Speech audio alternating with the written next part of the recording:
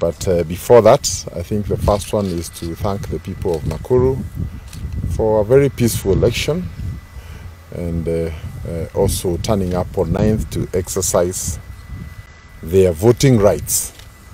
And allow me therefore to go to the issues. We have noted several aspects within the results that have been returned that we think constitutes grave violation of the expected voting results in any place. And I think the first one we want to note is that we have seen an unnatural pattern of how people voted. We have cases where you have a voting center with 3 or 4 streams, and the 3 streams each vote exactly the same number, so 90, 90, 90, or 150, 150, 150. And given that some of these places were divided alphabetically, it is not possible that an exact same number of people would have agreed and distributed themselves equally into the different, like streams. Therefore, that points to a very unnatural voting pattern that invites for further scrutiny. Secondly, we have also noted inconsistencies in the different county seats between women rep, governor, senator, and also the president, which simply means that there are people, mathematically speaking, who voted for the president but never voted for anyone else. Others voted for president and governor and voted not for the others. And I think the worst affected is the women rep. So the question would be, what happened to that voter after voting for the presidency?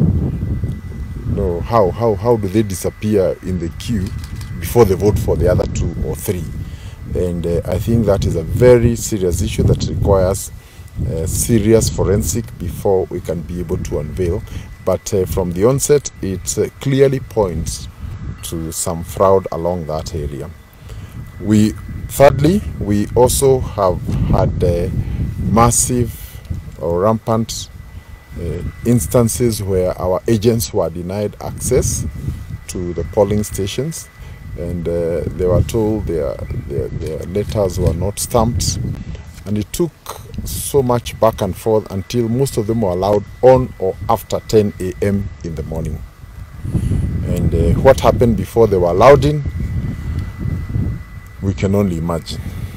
Then number 4, there is the issue of the voter turnout. There is a general understanding and knowledge that the voter turnout was generally low.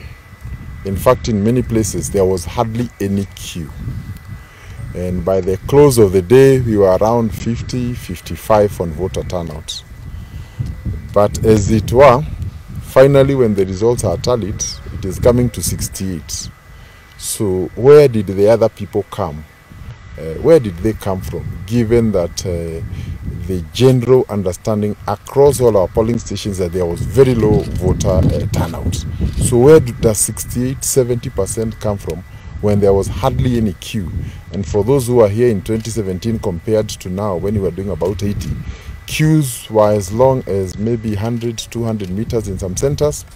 But in the just concluded 9th August, there was simply no queues. But the voter turnout in the same places, we are now being told, is to the tune of 70, 68%. Again, very suspicious. Then we have instances of voter bribery and widespread violence, especially in Nakuru East, among others. And this, in a way, affected voters coming to exercise their voting rights. In conclusion, we see Nakuru as one of those areas that were targeted by a very deliberate and well-orchestrated international electoral fraud that did not just start at the voting. It was something that was well thought. There were young people here who came a long time way before the election with laptops and all the other gadgets and had access to the system. And the question is, how can the IEBC, charged with the responsibility of ensuring the integrity of an election, allow all this to happen? And therefore, as a team, we are currently speaking with our legal and other technical teams, including ICT, with a view to taking the necessary actions. As it were, Wanjiku votes, and our responsibility is only to count what she has voted. We have no business manipulating what she has voted. And I think this will be the area of concern as we go to the coming days. And therefore, our conclusion is that the integrity of the process cannot be guaranteed, and therefore the outcomes likewise do not reflect what Wanjiku did. And this vote manipulation is a very serious challenge to our voting process, and I think also a serious threat even to our national security. If you allow this kind of fraudsters into the nation, then we don't know where we are going next. Allow me to end there, and once again to thank you.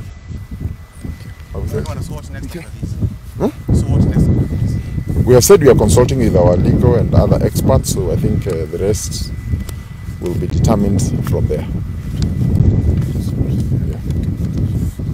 Is that okay? But I think what you're saying in short is that the results do not reflect how people voted.